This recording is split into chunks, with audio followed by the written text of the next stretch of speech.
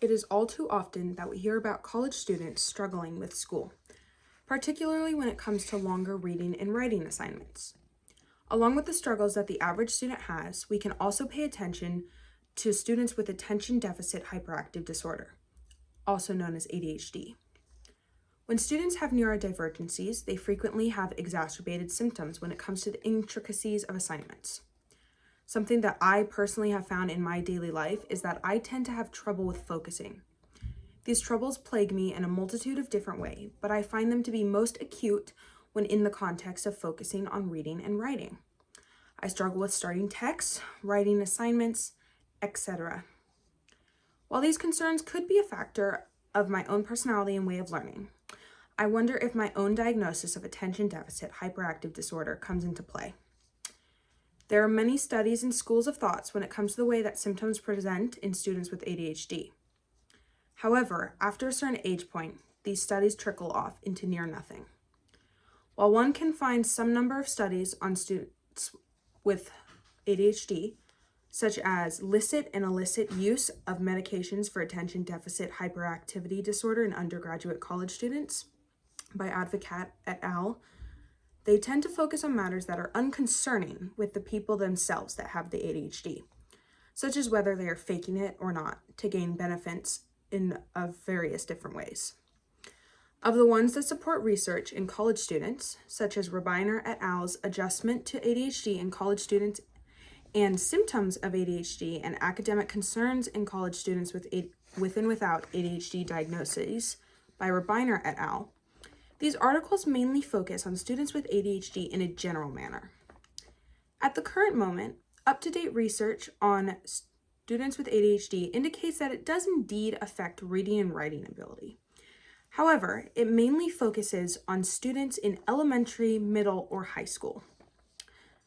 Because of this trend in academia surrounding ADHD, I will focus this study on adults with ADHD, seeking to answer the question of if attention deficit hyperactive disorder has an effect on reading and writing. Do adults with ADHD have more problems than the average adult with reading and writing, and how severe are the effects? The research in this video is primarily dependent on a survey hosted on Google Forms. In order to have a larger variety of participants, I conducted the survey in two different ways. The first location was a flyer with a QR code to the survey posted up in my place of work. Along with that, I asked multiple acquaintances to take the survey and spread it along to other people that they knew. The contents of the survey included a variety of different questions. At the start, there were two different questions to narrow down the participants in the survey. The first one asked if the participant was above the age of 18 to restrict the survey to adult participants. The second one was a simple question asking whether or not the participant had ever been diagnosed with ADHD. This question was particularly important as it established a control group. Following these questions were 10 questions about various things regarding reading and writing. The answers to the questions were on a Likert scale, from not at all to all the time. The Likert scale was used in order to allow for quantifiable answers, since the questions could be considered qualitative.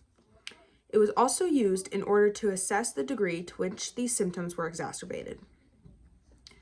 Towards the end of the survey, the questions took a turn in order to discuss the topic of reading and writing in the form of academic endeavors. These two separate categories worked to evaluate whether the symptoms of struggling with reading and writing were similar in the two aspects. Out of a survey of 14 people, 8 respondents reported that they had been diagnosed with ADHD, with 6 reporting never having a diagnosis. However, the survey did not ask whether the respondents had any other forms of neurodivergencies, so the other respondents may not have been solely neurotypical. 10 people reported that they enjoyed reading as a hobby, either all of the time or some of the time. Half of those respondents reporting having a diagnosis of ADHD. 2 respondents reported being ambivalent over reading as a hobby, with only one of them reporting an ADHD diagnosis. 2 respondents reported never or almost never enjoying reading as a hobby, with 1 reporting having ADHD. As a whole, the participants who enjoyed writing as a hobby were much fewer, with a total of 6 respondents reporting being ambivalent about it, 5 of which reported a diagnosis of ADHD. In an interesting twist, out of the 4 participants who reported never or almost never enjoying writing as a hobby, 3 reported not having a diagnosis of ADHD.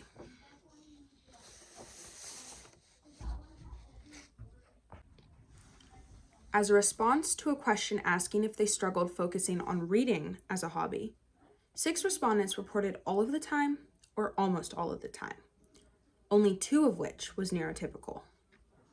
Of the 3 responses reporting ambivalence, all of them had a diagnosis of ADHD.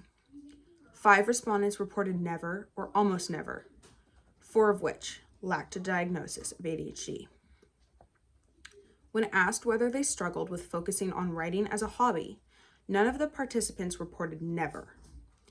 5 respondents with ADHD reported struggling some of the time. 5 respondents, all without ADHD, reported being ambivalent. Out of the 3 respondents reporting almost never struggling with writing, only 1 was not diagnosed with ADHD.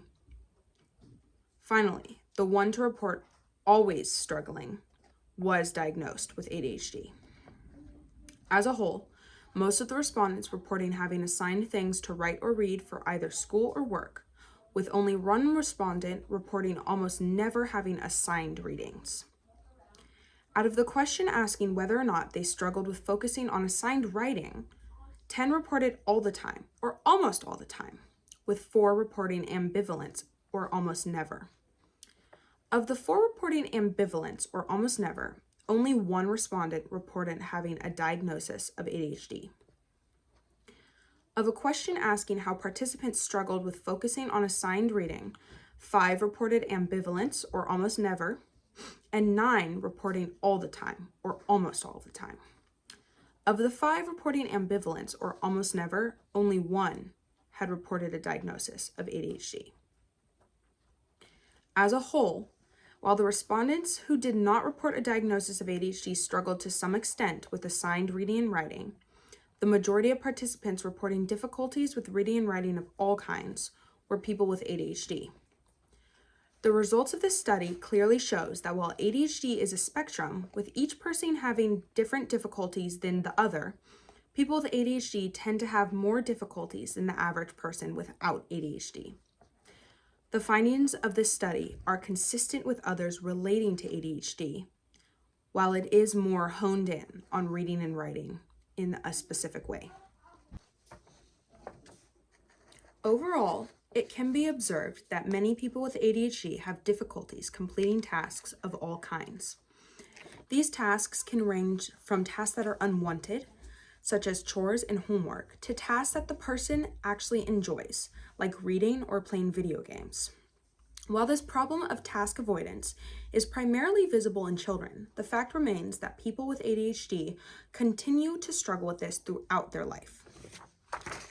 Because of children being the main focus of studies and resources for people with ADHD, adults tend to slip through the cracks, particularly when it comes to reading and writing, struggles that are assumed to be ones that you grow out of. When asking adults that have ADHD if they struggle with reading and writing, many of them will say yes, even when it comes to reading and writing that they do for fun. Many adults will fail to reach out for help and search for resources, as it is considered to be something shameful in our society, especially since we place emphasis on being independent and completing jobs all by ourselves. This is especially prevalent in college, as college is considered to be a turning point for many young adults in their life. After discovering that many adults, including myself, struggle with reading and writing, I have decided to discuss some ways of helping navigate these difficulties. If you are a student at a college campus, most colleges will have a disability resource center. If you have a diagnosis, there will be more ways to help, but there are many resources for everybody.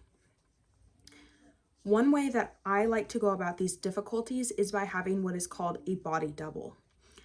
I like to study with friends.